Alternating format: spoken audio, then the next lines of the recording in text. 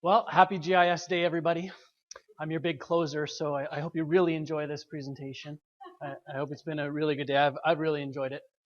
I'm going to tell you a little bit about my department, and then, so I'm going to talk about planning, but if I misspeak, if any of you are planning students, I am not a planner. I enable planners to plan. I provide analyses, and well, I'll tell you about what I do. But so I just wanted to kind of get that out of the way. Um, the Department of Municipal Government, we've gone through a few changes over the years. Previously, we were called the Department of Local Government, and before that, it was Intergovernmental Affairs.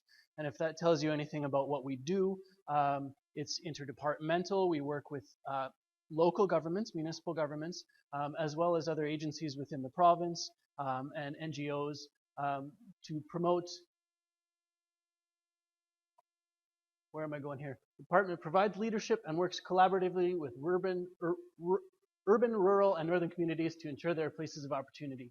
So our department does this through planning, municipal administration and management, and taxation or assessment. But we are intergovernmental, and so from a data perspective, that means that we're always collecting data and sharing data with other groups, and we're also helping with decision making among groups. I'm with the Community and Regional Planning Branch, supporting healthy, sustainable communities by providing regionally based community planning and development services in our 8 regional centers across Manitoba. So we, although I'm located here in Winnipeg, our centers are in, we have a Thompson office, Dauphin, Steinbach, Selkirk, Portage, Morden, yep. And so we're spread out across the province, carrying out responsibilities delegated to the staff under the Planning and Municipal Acts. So this includes authority to approve subdivisions, road closures, and closure of public reserves. So our main 3 pieces in this planning is the development plan, the zoning bylaw, and subdivision. And I'm going to talk a little bit about all of those 3 things today. A lot of my work comes back to the development plan. And the next slide I'm going to kind of talk about where we start from there, but it creates the policies under which planning will occur. The zoning bylaw is something that's unique to the municipalities.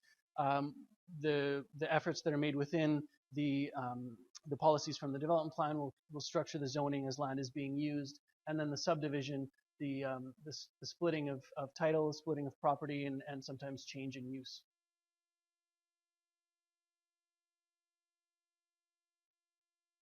So this slide, I really like this one. This is for me, this is the beginning of the planning process, and sort of keeping with the theme, the mapping change through time, and as I titled mine, the changing of land use planning. When I started my sort of GIS career, and I couldn't really boil it down to my parents and my family as to what I do, I kind of said, well, I collect a lot of data, but really I'm kind of at the end of the day, I do a lot of cartography. And my brother says, well, hasn't everything been mapped? And, don't we know where everything is? And I said, well, we sort of know where everything is, and there's lots more to know, but we don't know why everything is where it is. And so this is one of the things that when I look at a new community, and even if they've asked for a series of community maps, which is one of the services that we'll do, and just show what's going on in a community for them, one of the things I like to do is take something like this. There's only 4 pieces of data in this. There's an ortho, there's a development plan, those are the different colors. There's the assessment parcels or roll entry that we use that I help create, and I'll talk about more in a minute. And then just a little highways layer. So that's it. But from this one image, you can't really do any analysis, but you can make a lot of inferences as to why things are where they are. You can kind of see, well, across the bottom, the Assiniboine River scooting through there. So obviously it was built on the river to help with movement of goods. There's a railway running through the town. You can see that it's really dense residential in the yellow there. You can see that there's the red is commercial that's coming out from the highway bypass. You can see that the industrial in the sort of purpley blue is away from most of the residential. You can see a lot of things, and you can see some of the topographic features too, and you can see some of what the river is left behind as it meanders and it changes its banks, and so that changes how the land is used. And so these are some of the questions that, even just with the slightest amount of data we can look at. Plus, there's all the historical, how the land had been used, and then there's the decisions, okay, so how are we going to use it? So this is the town of Verdun. I'm from Saskatoon, and so I go home a couple times a year, and I take the number 1 to go home. Verdun is my favorite town because that's when the speed limit would change from 100 to 110, and I could start going a little quicker. So I really like Verdun.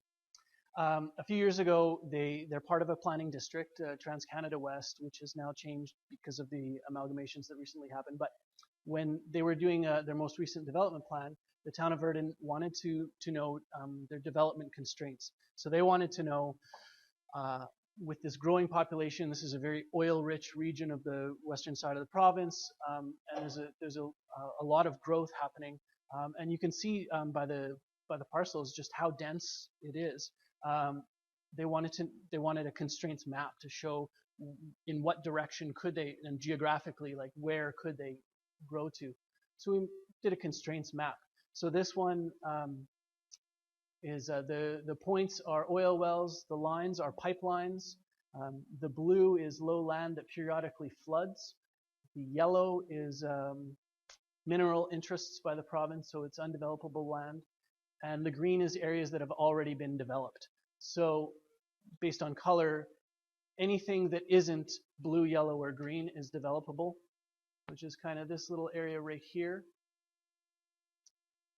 And within the borders, that's pretty much it. Maybe this little quarter there, because they can't build on top of the pipelines. So they're really well constrained. And so based on this map, you can't really see that until we start looking at the data.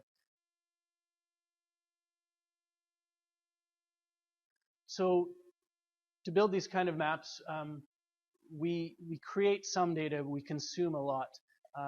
In the justification for hiring me, I'm a drafting technician. I draw straight lines for a living. I draw the assessment parcels that we see in this map here. So these lines. So I'm a draftsman. We create this in my office is a Esri shop. So I use a parcel fabric editor tool set. And so it's, as opposed to just simple polygons, the polygons are tied together, and they'll stretch and move as you add control points. But the attribute information of the shape of the parcel will be maintained, even though it will jiggle around a little bit. And so then we're allowed to put in things like, so instead of respecting a topology with overlaps and gaps, there will be no overlaps or gaps no matter what you do, but you can move your control around a little bit and it'll adjust the fabric as such. And this is partly because we're taking information, original subdivision information that was surveyed 150 years ago, or maybe not surveyed, just taken by the line that in line with the tree this way and in line with the tree this way, and and it starts from there, and then our division is built off of that. So we're getting better information as we get new survey information that's a part of the subdivision process. Then we can apply it and add better control to our tax parcel fabric, and it benefits as a whole. Anyhow, so that's what I do. We also maintain the municipal boundaries layer. The municipal boundary regulations, a legal document that is stapled to my forehead, and whenever there's a change in the municipal boundaries, when there's realignments, like with the recent amalgamations, or when there's any annexations, we change that in our boundaries layer. There's local urban district boundaries, which is similar to municipalities. They're just unincorporated towns and villages and cities. And then there's our two other pieces of bread and butter, the development plan designations layer and the zoning boundaries layer. So all of the information that we consume, though, which we acquire from other departments, from federal agencies, and from NGOs to help us with our decision making. And I'm not going to I'm not trying to say that we do this decision making alone. Obviously, when we're doing a development plan amendment or development plan in general, it'll get circulated to the departments where the experts reside, but they can provide us with some of their base information so that we don't have to waste other people's time with the silly questions. This is one of the views of how we use our data. This is what the planners will use, and I'll talk about it in a little while on how they look at subdivisions.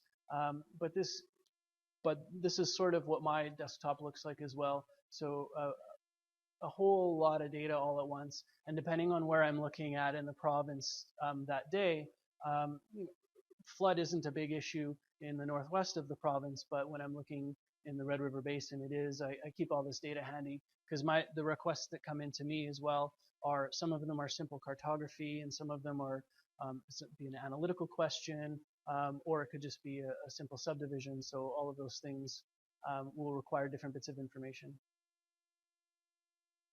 So here's one fun example of a planning question. This is well, I faked a bit of the data, but this is a proposed subdivision on a nice riverbank. So they want to stick in a few lots of beautiful riverfront property, and we just wanted to evaluate whether or not it was a feasible proposition. I have a pointer here. So these are the lots drawn in. They're pretty large for cabin lots, all season cabins, I guess. Here's the pointer. This is a sewage lagoon, and this is 930 feet. The sewage lagoon's at 1,077 feet. This lot's at 1,047 feet. So 30 feet below a sewage lagoon and less than 1,000 feet away. So obviously this isn't going to happen. Also, this is the flow of the river. So the effluent from the sewage lagoon is going to flow past. So, not the most viable subdivision.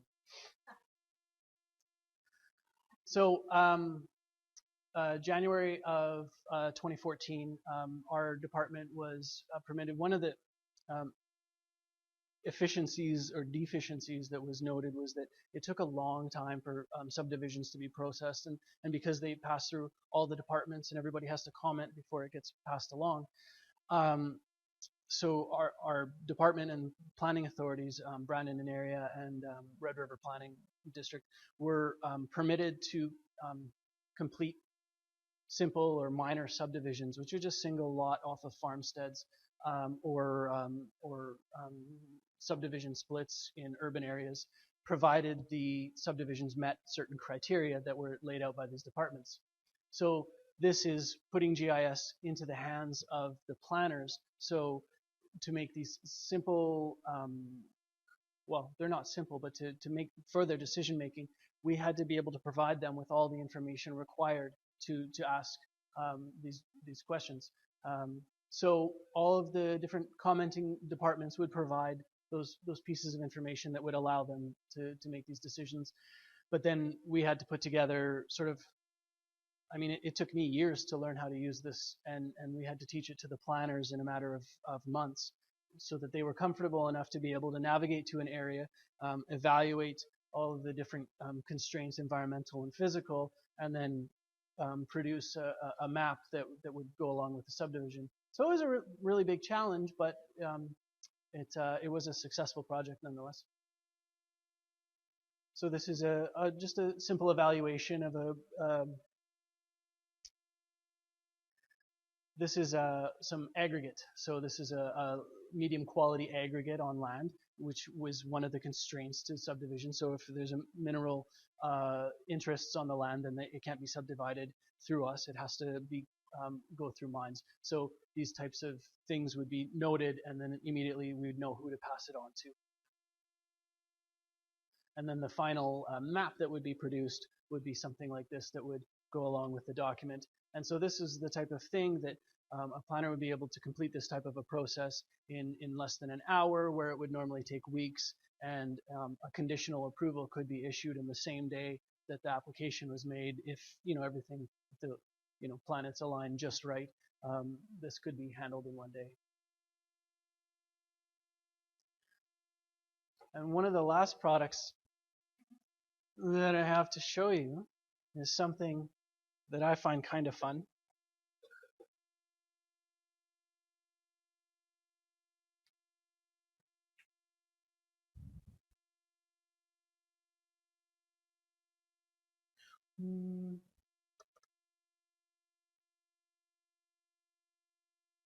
All right. So the Esri suite is very expensive. Licensing costs a lot, and some of the communities don't. Is this jumping around on me? That's good. Okay. The communities don't. You have a small community with a staff of 5. They're not going to be, have funds to support something like a Esri license. And they have this data that's, it's when we look at a municipal interest in planning, it's their data, and we're helping them with decision-making support.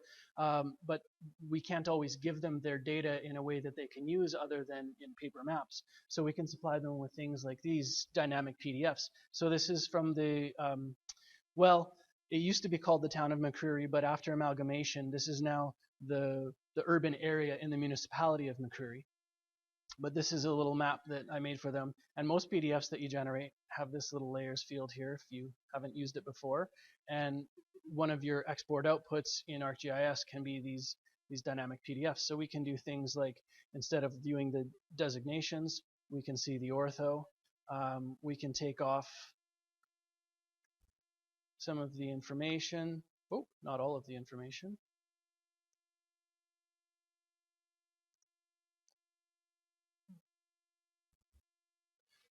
Is this mouse actually hooked up?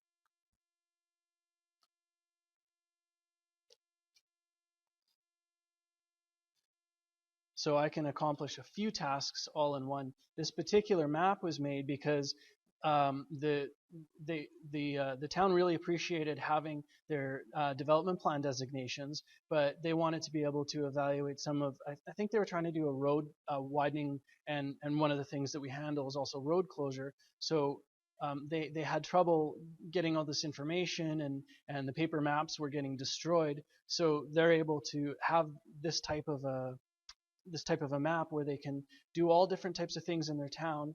They don't need any special software. It's just Adobe Reader, and we can produce that kind of thing for them.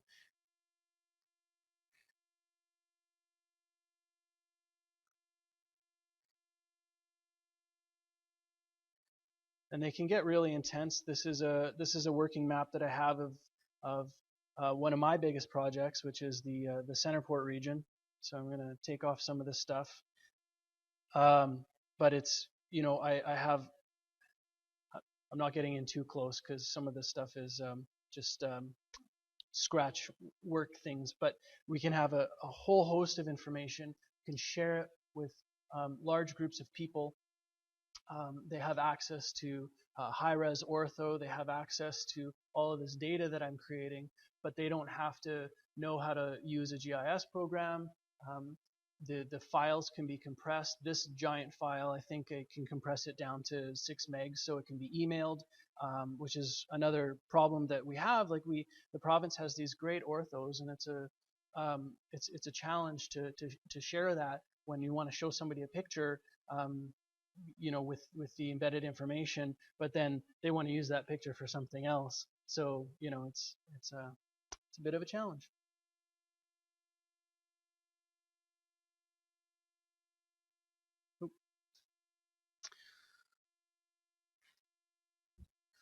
So that's about all I have to tell you about the changing landscape of land use planning, and I'm sure you're all abuzz with questions.